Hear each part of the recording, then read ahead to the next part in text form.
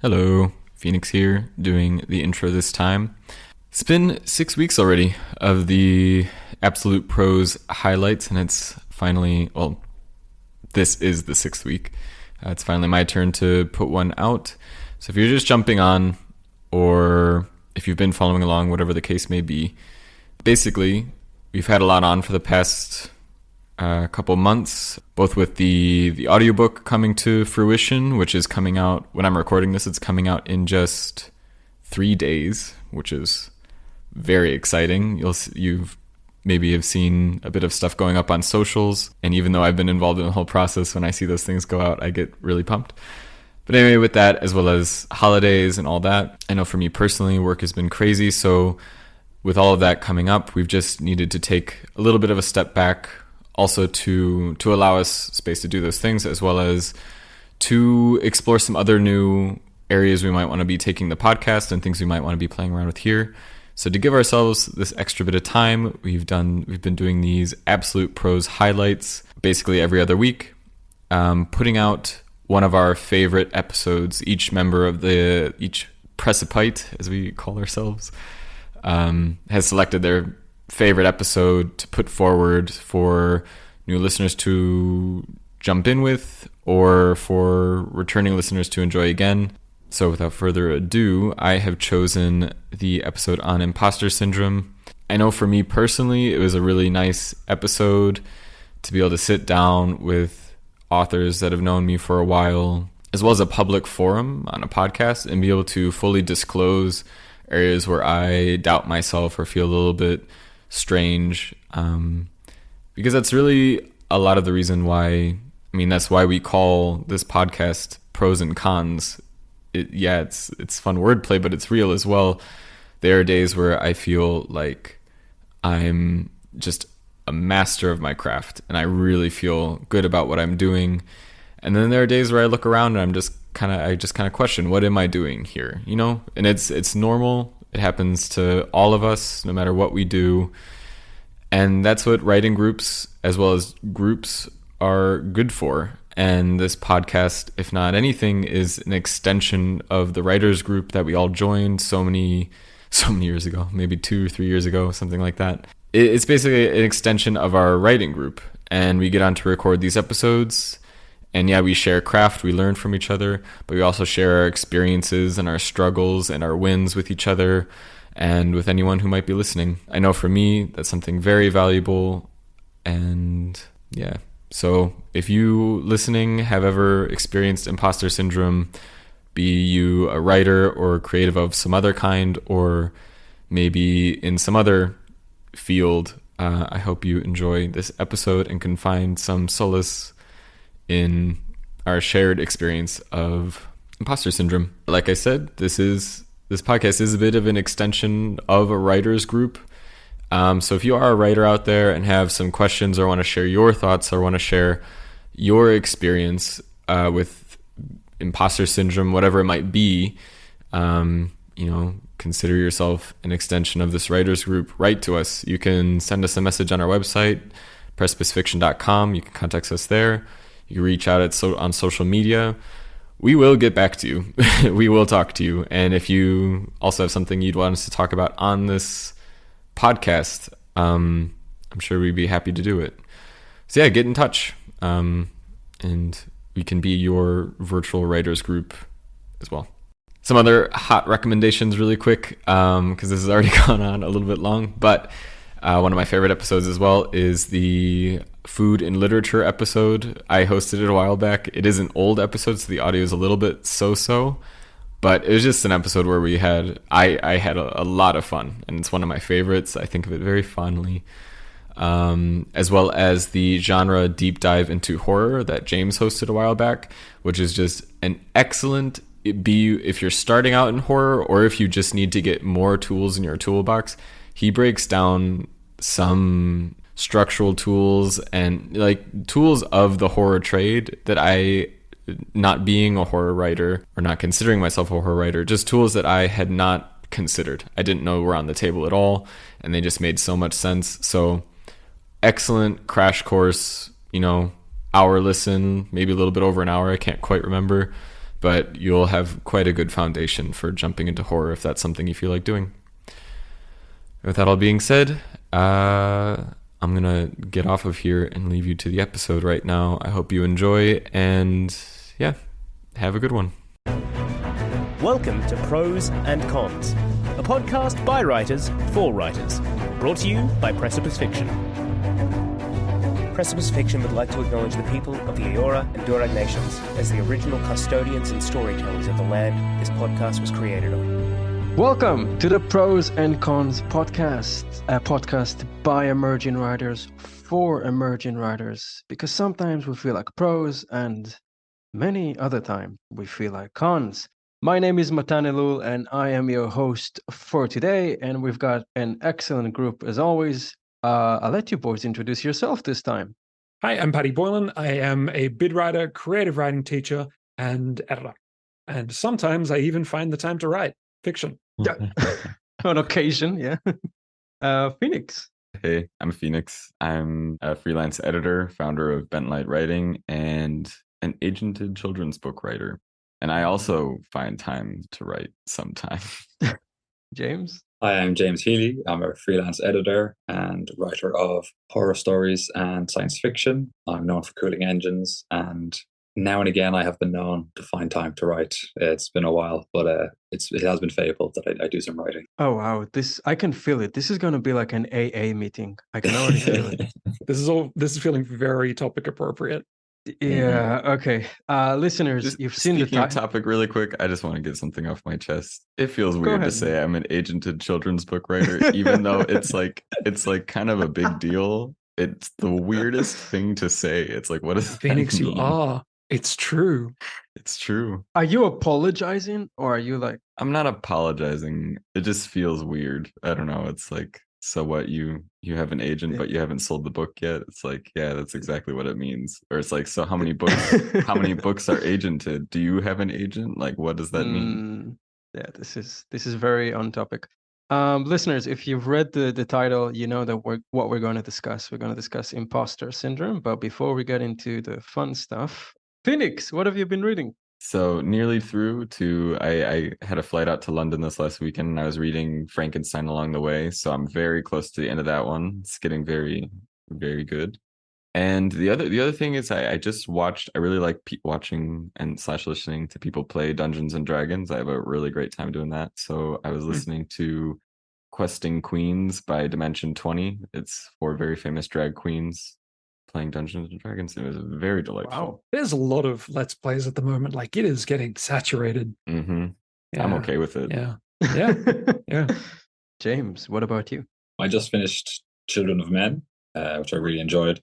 Interesting, I guess, structurally, because I felt like it changed a couple of times. You know, when you get to the end of a story and you're like, this feels almost unrecognizable in terms of what's going on chapter to chapter. But I really, really enjoyed it. Very bleak, quite exciting towards the end. I found myself like really riveted to like every paragraph. I was like, what's going to happen next? So that's always a good sign. It just, you feel invested in the characters by the end.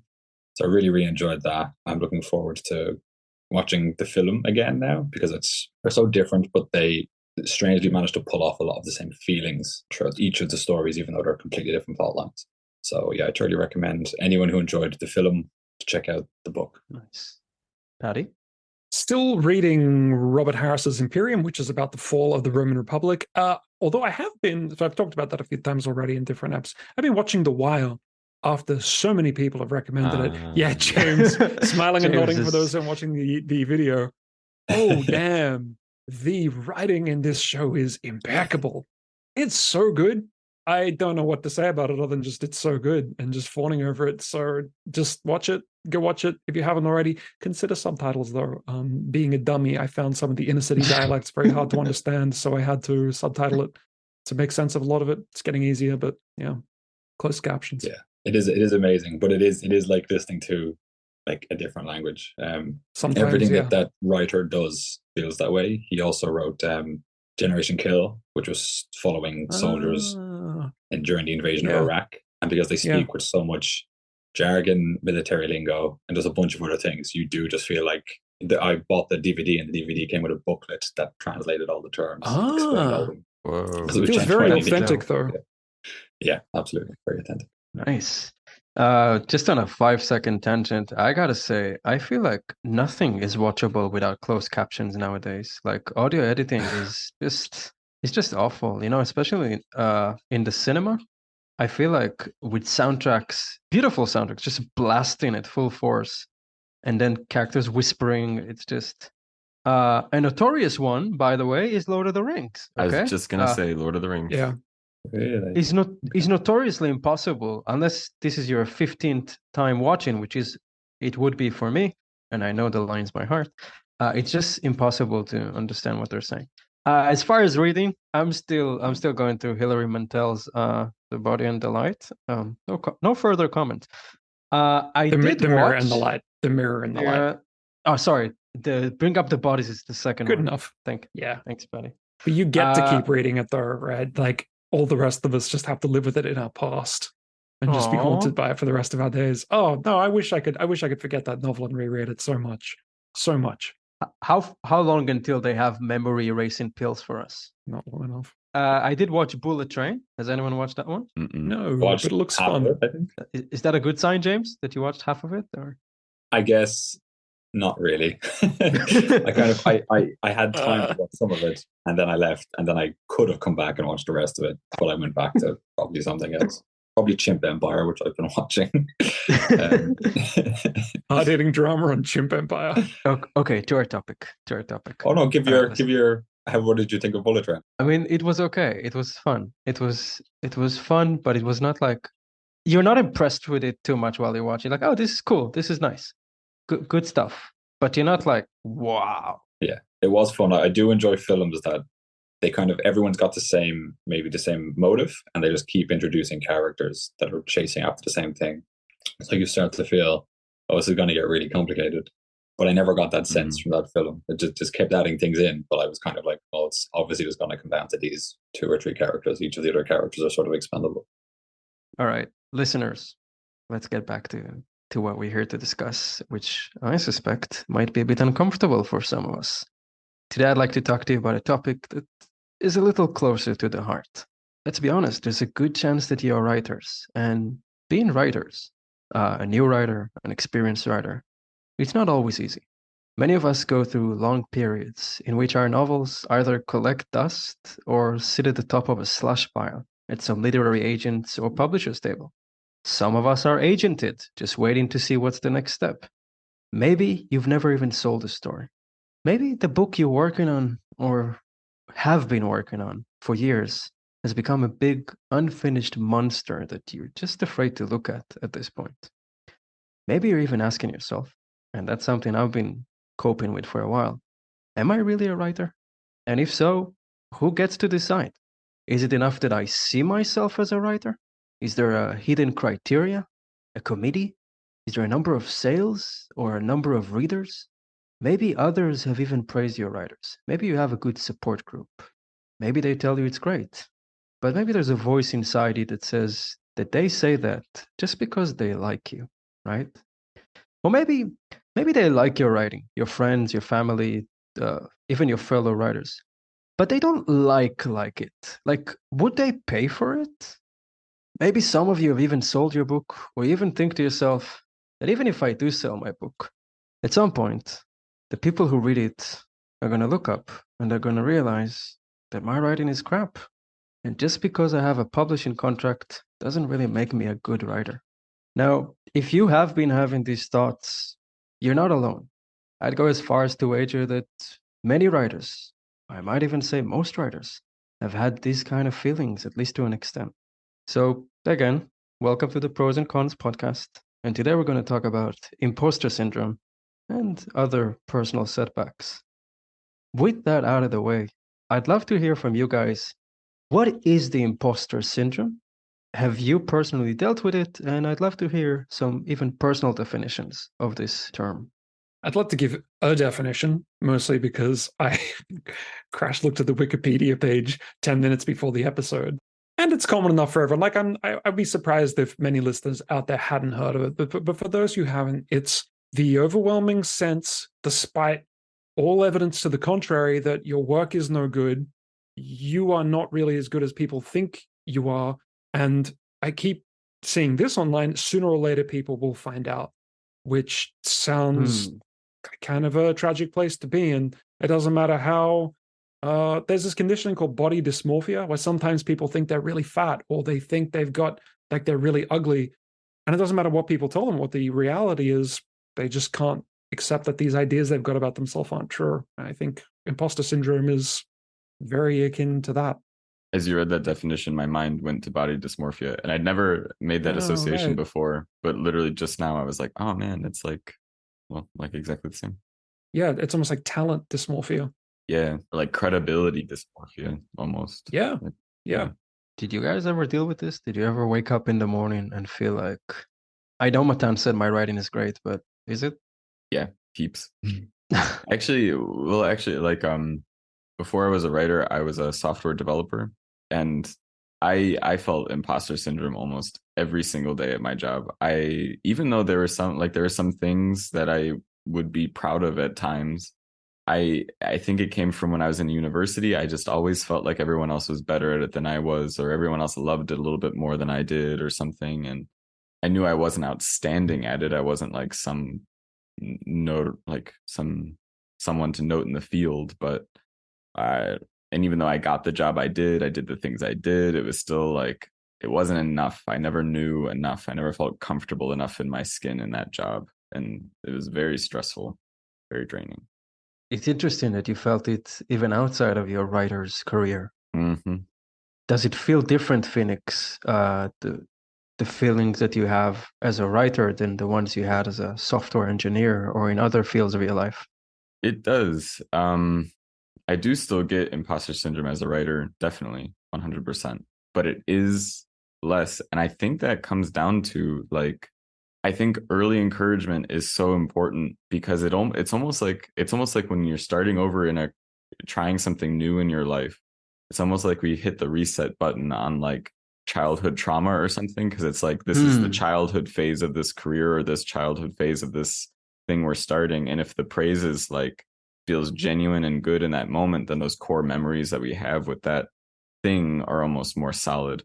Because like when I was just starting, I don't know, I did have some moments of people giving me good feedback who were not like people that I knew intimately, and were people that had no real motives it was feedback I could kind of believe, and it made me feel like, oh, okay, I do feel good at this.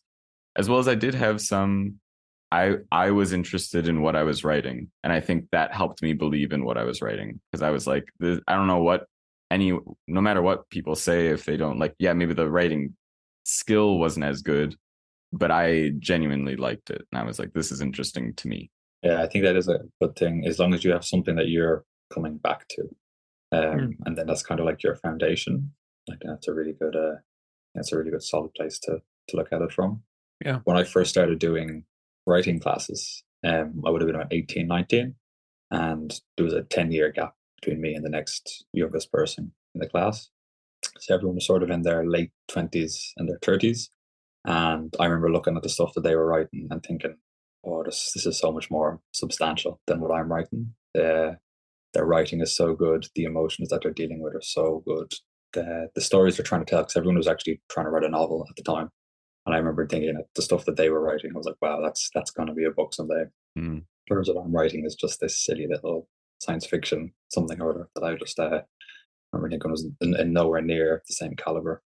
I think that what I was reading in a lot of them, because we would have spent a few years writing together, I think that their stories were, because I got to know them personally, I think that there was a lot of emotion coming forwards in their stories, possibly unintentionally, because a lot of the stories you could see elements of like who they were. Whereas at that time, I didn't think I was writing the same thing. But years later, I looked back on that and I realized, oh, there was a lot of personal expression going on there, but kind of like layered or kind of behind all of the science fiction-y stuff. So they may have looked at my story and said, oh, it's a lot of the same. There's emotion there that he's telling a certain way. Do you know what I mean? Looking back at your own stuff is such a good confidence booster. Well, I mean, at least when I speak to you guys, it seems to be like often we think like, it wasn't that good. And maybe that's why we put down writing for a while. We look back on stuff we did a decade ago, think like, oh, wow, that's actually pretty good. Oh, that's much better than I thought it was. Yeah. This advice would backfire if you look back on your stuff and you think like, oh, wow, that's worse than I thought it was. But I mean, even that's showing that your taste evolves, right? I think that it's like your craft evolves, but like the core of what you were doing may have been very, very strong. It's just you may not have had the best tools for doing it. That's what I find. I find like the writing isn't very good, but what I was trying to create, I'm like, oh, that's still worth creating. Now I'm better, and I would have a better understanding of how to do that. Yeah, I agree with Paddy though that sometimes, and James too, that sometimes you go back and you discover that no, you were not a complete pile of horseshit. You have improved, but the talent was there. Elaborating on this question, guys, I want to share one of my personal problems. I've been writing since I was 4 years old, but for the most part, I've been writing for my mom. My mom would be my main audience. I would write stories, give it to my mom. But the first novel I ever wrote, I was pretty young. My mom would come to my room every Friday, read a chapter, tell me how incredible it was. And I think while my mom has been extremely supportive and she probably nourished my desire to be a writer, it did create this other thing in me, this fear of showing it to anyone else. This fear of, okay, mom loves me, but what about other people? And gently I started to show it to my brother, to some very, very, very close friends. Like most of my friends I did not show to. And when I moved to Australia, for those of you who were there or didn't know me back then, I was 22. I finished my military service. I moved to Australia. And one of the changes I've made in my life is that I've decided to become serious about writing, to the point that every day I would get up and write. The thing is, I never told anyone. I didn't tell the people I work with. I didn't even tell my flatmates. They would just know that I'm in my room. I would tell them it is school stuff. They would see me typing and I would tell them I'm doing homework. Even my wife, when we started dating, I didn't tell her I'm a writer. To this day, I remember the day she walked into my room and asked me about the pile of papers on the shelf. And because every week we'd go to the writing group and I would print out 10 pages. And I just remember looking at her and thinking, okay, time to say it. And I did. And her reaction was, I think she was more surprised at the fact that I didn't talk about it than the fact that I did it. And you would think that from that moment I would start telling everyone, but no, I didn't tell most people. I remember every Thursday night I had the writing group and I would need to take a night off because I was a bartender and the writing group was at night. So I would tell the boss I need Thursday off, but I wouldn't say why. I just said it's something personal. And then one day I just told him, after years of working for the guy, like, I don't know why, I just told, I actually go to writing groups. And I expected him to laugh or to ask me how many books I've sold, which, hint, hint, 0. And he didn't. And it was a good talk. I remember talking to him for an hour. But I do remember that fear of not sharing. And I wanted to know if you, obviously we're doing a podcast very publicly, a writer's podcast. but how open are you about being a writer? And has it been a journey or have you been like that from the start? I was always very open about it. I think because when I started writing, I didn't really understand what it was. And I was just trying to discuss it with people to be like, oh, this is how I've been spending my time. I guess I was looking for other people that were possibly doing the same thing. I think it's probably backfired on me a little bit because I've been doing it for so long. I'd be quite embarrassed now talking to my friends who knew me as in my teens and kind of early 20s because I've been saying I enjoy writing. I'd like to be a writer for so long. And then I'm still very much in the same place as I was back then. I also noticed that if I'm telling someone about a story I'm working on, because I'm really excited about a story, and I'm telling someone I'm writing about this and I'm saying this and this and this, people were often like, oh, that sounds really interesting, that sounds really clever.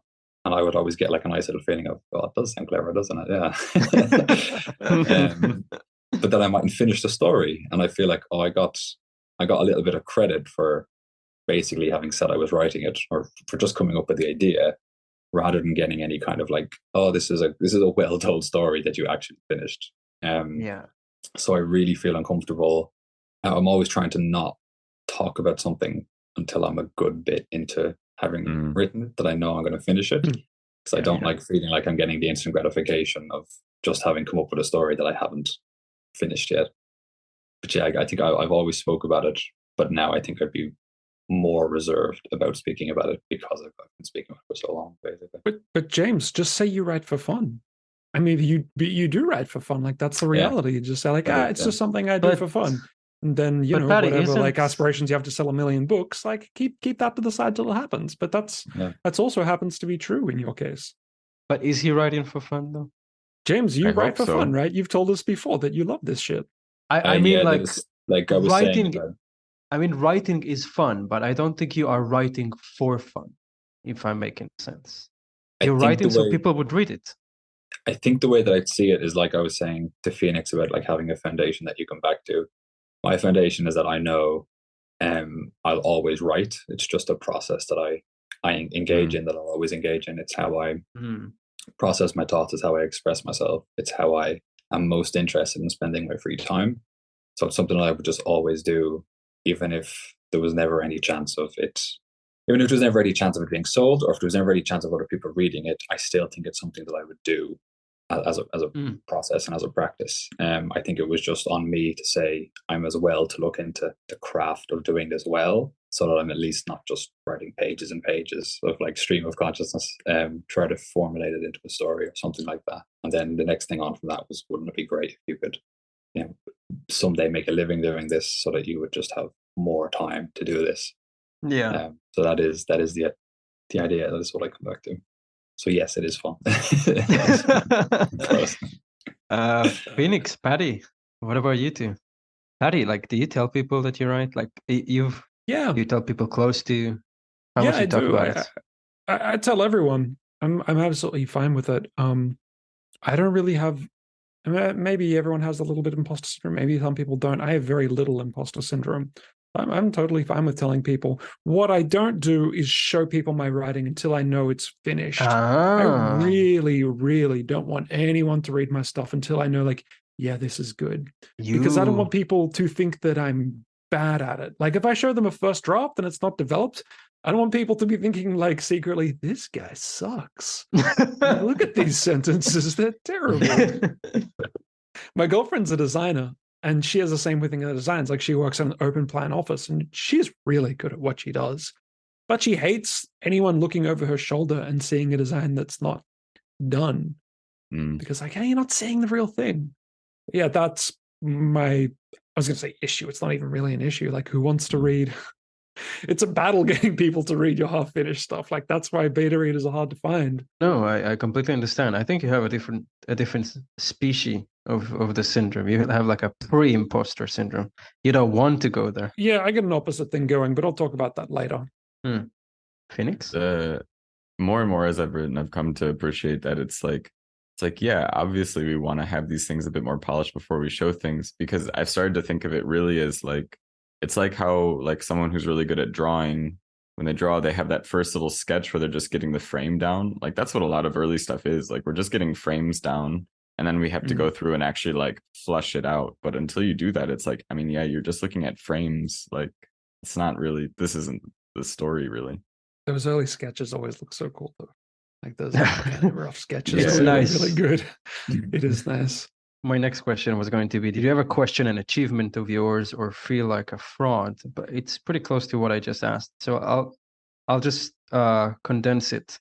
You guys have had achievements in writing, in life in general. Paddy, you got a massive job based on your writing skills. Phoenix, James, did you ever look at it and think like, that must be a mistake? Clearly, they must have chosen me because they had one slot and no one else to give it to, right? I felt this specifically with when I started editing, when people started paying me to look at their work. Every now and then I'd have this feeling of like, who am I to, well, actually, like a little bit of like, who am I to edit their work and tell them what they need to do, because I haven't even sold a book yet. And that's the main like gauge for me. Like, I haven't done this. But at the same time, and then there was another level to it where sometimes I would think like, no, I'm actually very good at this. But if anyone asked me what my achievements were, I never felt like I would have enough achievement to give them that would show them that confidence. And I feel like I would turn people away, predominantly because like I do have an agent. And in a way that's almost, I was just thinking like, in a way that's almost like selling a book, because I have someone who's literally spending their time when they could be doing other things, dedicating it to my manuscript and stuff, which is cool. But I had imposter syndrome even with that, because it's like, oh, it's only for one of my manuscripts. It's not like I have an agent for my whole body of work. It's like, no, they represent one manuscript that hasn't sold. So it's like that feeling of, it sounds glorious, but I feel like I'm good at making it. I have the fear that I'm good at making it sound like a bigger deal than it is. In reality, it is a big deal, but it's an enormous deal. It is. It's a freaking huge deal. It's amazing that you have an agent. But that's guys. That's the thing. Phoenix doesn't even mention. Check out how humble he is. He doesn't even mention in his introduction that his story has been nominated for the Aurealis Award, which is a very, very big deal. He was top 6 out of a pool of hundreds. You won't even hear him talk about it. Even now, he's scared in the subject. Phoenix, how did you feel when Ali sent us that message in the group chat? Were you like, must be a mistake or what? Well, how did you feel? Okay, so my first feeling is, also, this is getting way more therapeutic than I thought it would. I'm like, whoa, this is touching some stuff. No, my thought was like, what is this award? Why am I nominated for it? Because it's like, it must not be that big of a deal. Like, how big of a deal is this award really? And then I was reading into it. I'm like, oh, it is actually kind of a big deal award. But even still, I'm like, but how big is Aurealis? Like, how big are they? Like, because I don't really know. And up until, I don't know, for a while, I still kind of doubted. We'll also point out here that Matan is also nominated for an Aurealis Award. So talking about humble pie, like Matan, come on, man. Yeah, but this was the Phoenix segment of the thing. So yeah. All right. If no one's got something to add, I'll go to the next question. I would just add on, just before we jump, not so much with writing, but definitely with whenever I've done like competitions and stuff. James, what kind of competitions are you in? I do kickboxing and Muay Thai. So I would do fights or tournaments. And as soon as I won a fight, I just tell myself, oh, that was because they made a mistake, or that was because they're younger than me, so they're less experienced, or they're a little bit older than me, so it's harder for them to train, or oh, I just trained more for that fight. Like, as soon as I've won, I'm like immediately taking away from what it was. Really? Wow. 100%, yeah. You never went like, you're pathetic, you're weak, I pity you. Like, you never look down on them. Like, how dare you challenge me, you fool? No, that's right. No, because if I did that, then I'd be like, well, I shouldn't have fought that guy in the first place. Then it was set up. I would tell myself that it was set up then, but I would win. They would lose. And then before the fight, I have the opposite, where I'm thinking, I only got in here because they were short on numbers, or the coach only threw me in here because he needs someone to fight the other guy. And I would have a little wobble like 2 or 3 weeks before the fight, where I'm like, I literally can't do this. Why did I sign on for this? Who do I think I am? And I think that that's all part of the process of like training and like trying to get better at it, because that little wobble, that lack of confidence, makes me really dig down and try really, really hard for the couple of weeks before the fight to change up my tactics, to change up my training and what I'm doing. And then never to coast on the success of the fight to make me think, I've got this, like I'm actually good at this. The fact that I always think, oh, I got lucky, I skated by, I need to really, really train for the next one. And I think having that same thought process carry over into writing is something that's probably good, probably makes me more critical of my own work, and probably something that maybe I don't enjoy any positive feedback, but it makes me take the critical feedback really seriously and always come back again and again and try to work harder at what I do. So I don't know if that's a entirely healthy attitude to have, but it's definitely an attitude that I think I'd probably rather have that than not have that, than coast on. No, but that does sound like textbook imposter syndrome. Yeah.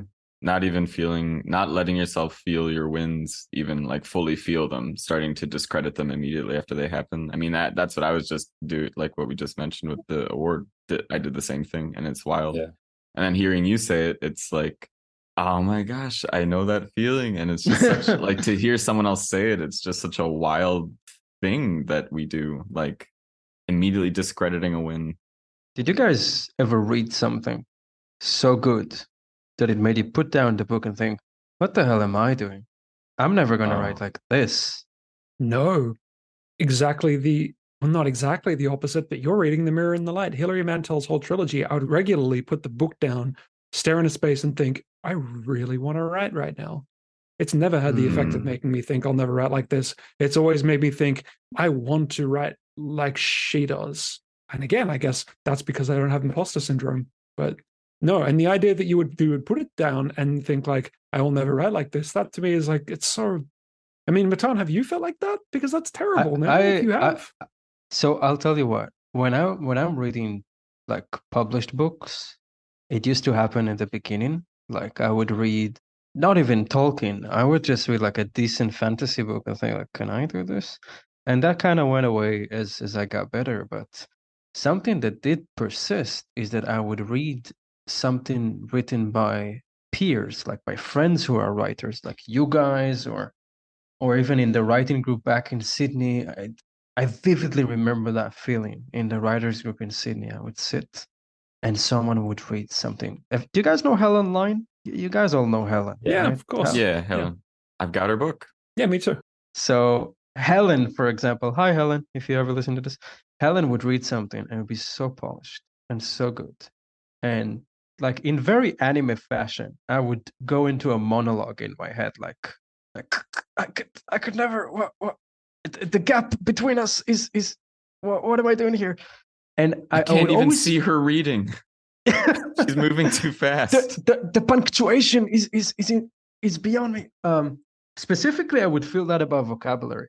You guys all know by now, English is my second language, and every word I would pick would feel bad to me, and every word someone else's picks feels perfect to me. Not everyone, but the good writers.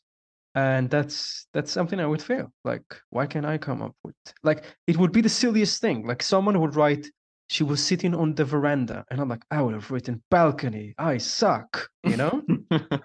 that kind of stuff. I actually feel that with Paddy sometimes, because I admire your vocabulary, Paddy. He's so good. Yeah. So like you'll say words sometimes and I'm like, that was a good word. That was a good word Really? he said. Yeah. I don't consider myself as having a good vocabulary.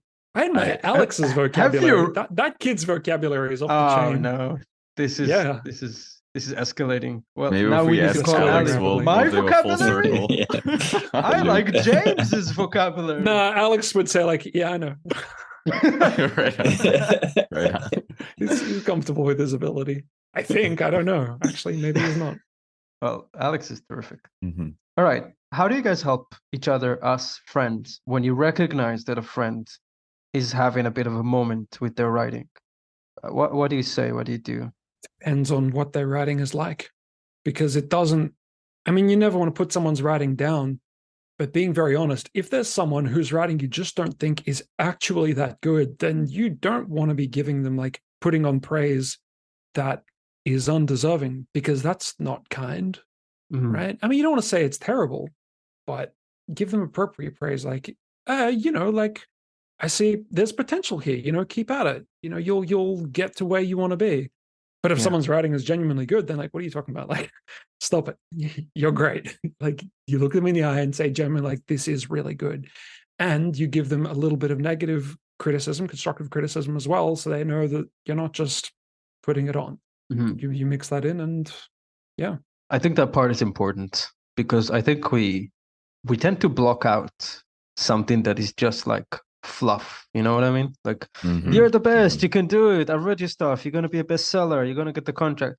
I think that at some point we kind of lose the, yeah, okay, he's in my corner, but he's maybe too much in my corner. That can feel worse sometimes than the opposite. Yeah. I found that I've never had to like talk to, I feel like this is the first time I'm actually properly talking to friends about writing imposter syndrome and stuff right now. But what I do know is that if I come across like a client whose writing is very, very rough, there have been times where it's like, all right, I got to get serious, because honestly, the thing that's gonna help this writing is not gonna be to say like, all right, you're ready for line editing now because I did a dev edit. I'm like, no, I did a dev edit, but while doing the dev edit, like there are some very, very fundamental things that are even beyond a developmental edit. Like this needs some things. Yes. So like I have had a client like that, and it became really cool, and it kind of bridged into an area that I guess I'd consider more like manuscript coaching or something, where I did make some special packages for this person to kind of like, I did a dev edit and I gave some very high level stuff, and then they came back and wanted more, and I was like, all right, well, to be very honest, like this is what I would recommend you do.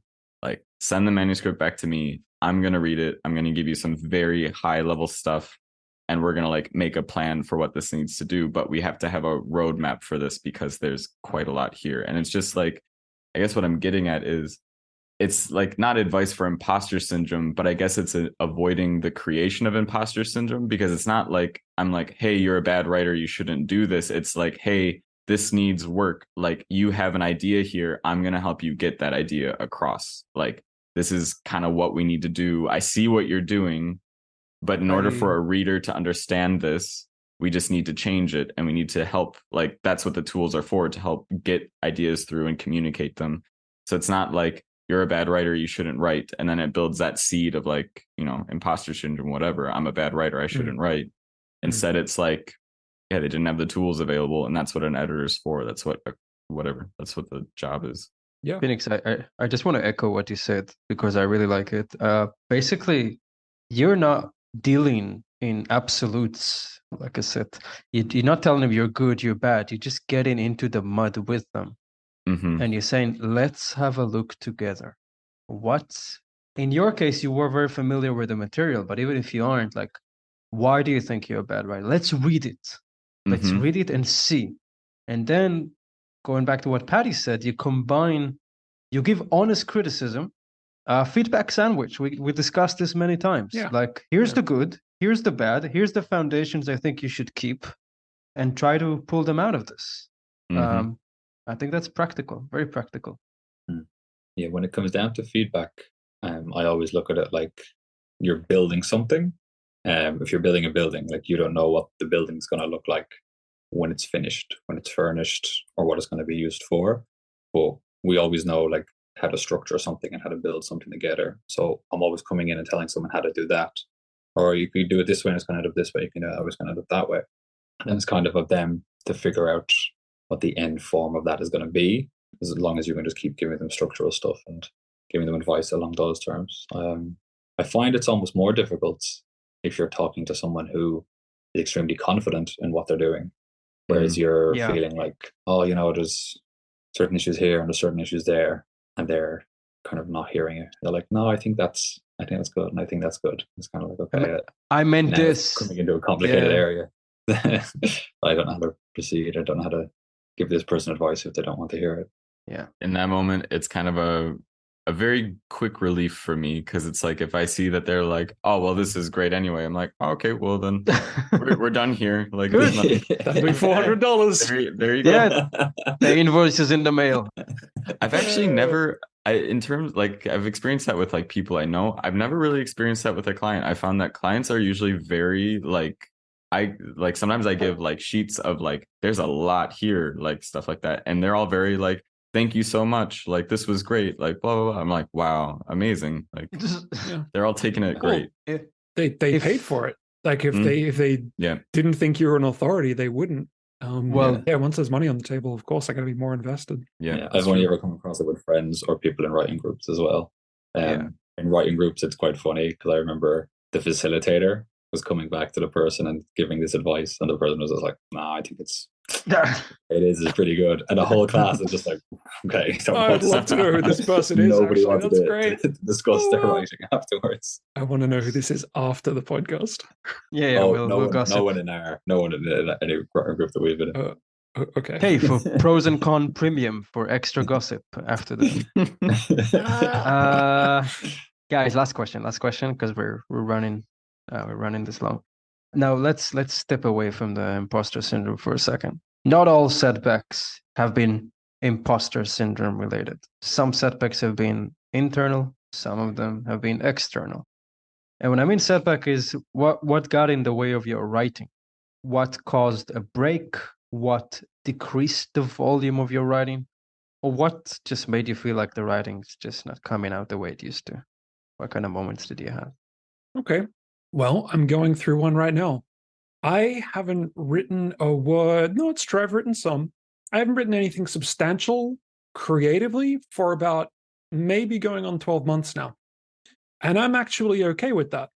And I'm supposed to be doing, well, I say supposed to be doing, I successfully applied for a mentorship not long ago. I, gave them a sample of my writing, and it was kind of a competition, kind of not. The board said, hey, we really like it. Here's the mentorship. Here's the mentor. And I've had to explain to my mentor, and she's cool with this. I actually need to take a step back from writing at the moment. My reason is I've moved to another country. Before I moved, I was basically unemployed, and I just really had to get my shit together. I really, really had to focus on making money and getting a career and getting a stable life here in New Zealand where I live. And actually, I've had a lot of people say like, oh, maybe you should just find time to write here or there. Maybe you should. Phoenix, I know you write first thing in the morning, right? I try to, less recently. I mean, that's still a good practice. But also people suggest stuff like that. And I've come to the conclusion that no, that doesn't work for me. I'm giving myself permission to step back, focus on other things, and not have writing as this thing that I'm finding little scraps of time to do here and there. I want to wait until I've got some solid time and I'm established and say, like, now I'm writing. And that way I know I can do it without finding 5 minutes between tasks, eking out time to write. That's where I'm at. And I'm very comfortable with that. And I've got a plan for when I'm going to start again, actually. So, yeah, I think it's well, thank you. I think it's okay sometimes to step back. And just because you're not writing at the moment doesn't mean that you won't again in the future. And I know I will. I just love the conviction of it, because it's like, I don't like doubt you for a second of anything. It's like, yeah, this is what you want to do. This is what you feel good about. This is what works for you. And it just to me, it comes across as like just this unshakable whatever. And like, this is your relationship with writing. And I'm just like, badass, like, go on, keep on. Thank you. It's very encouraging. Yeah. At the moment, I haven't written in 4 months following a move as well. And it's just that my daily routine is quite full that I can't find the time. And then when I do get time in the evening, I'm so tired that I'm pretty much just ready to go to bed. So it is encouraging that your attitude is like, yeah, I will get back to it. So that's quite motivating to hear that. You were in that space where you wrote a lot. So there's no reason why you won't be in that space again. Like, it's not like the magic is gone. It's just the setup's got to be right. Yeah, that's it.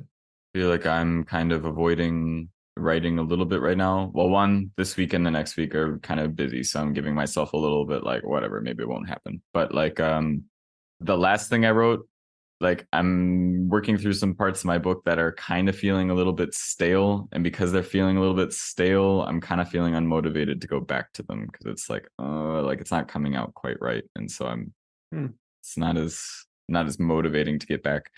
But kind of a tangent, but it's like, kind of when I hit on a part that feels stale, it's also kind of exciting in a way, because it's like, well, we'll see what happens, because maybe this is myself telling myself that a change in the book is coming. There's a new path that's like, I'll be exploring some new stuff. I love that you find it exciting.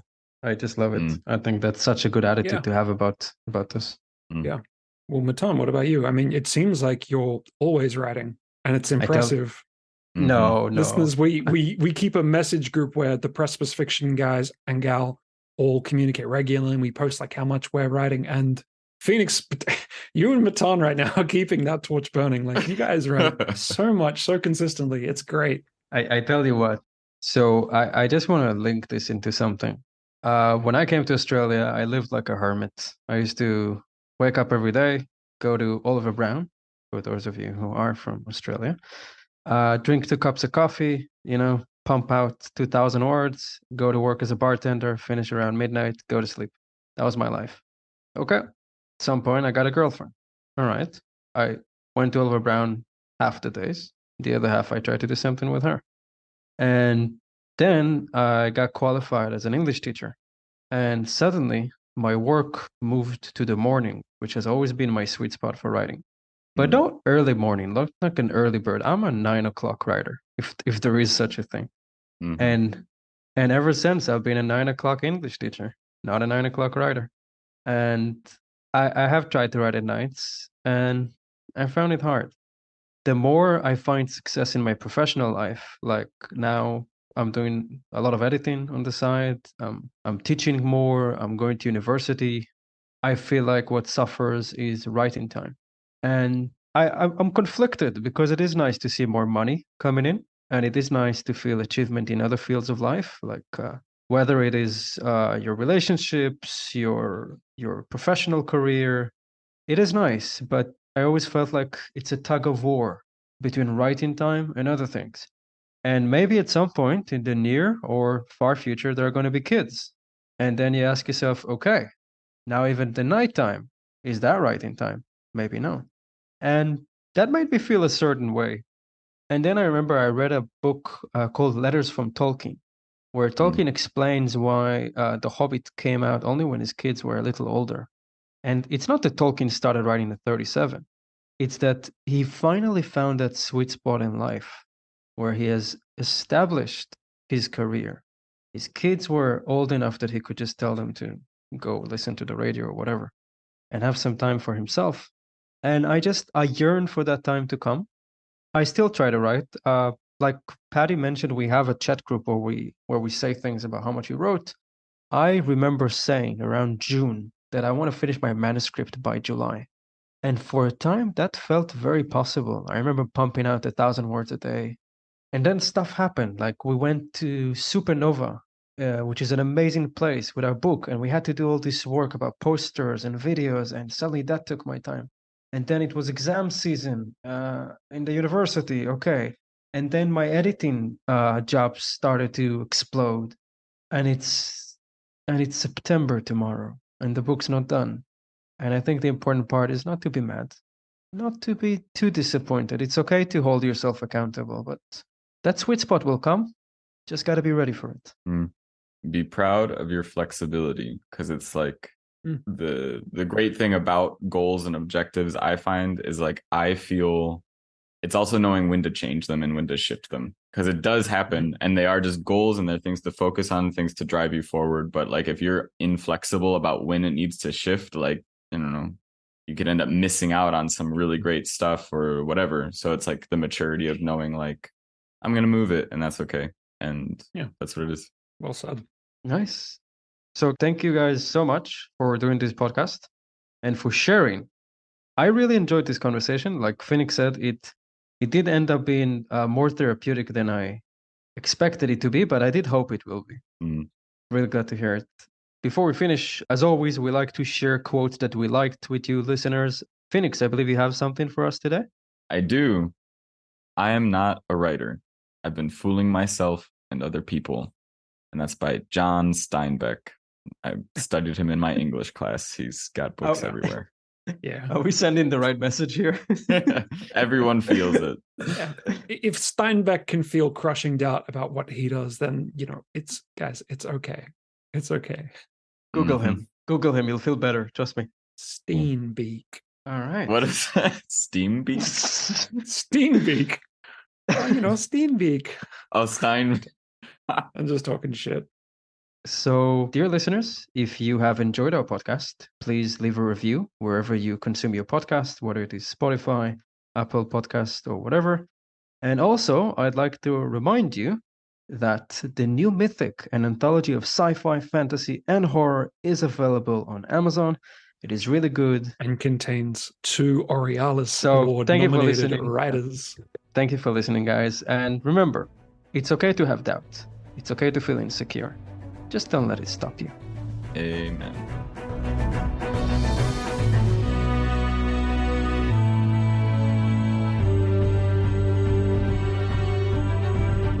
You're listening to Prose and Cons, the Precipice Fiction podcast.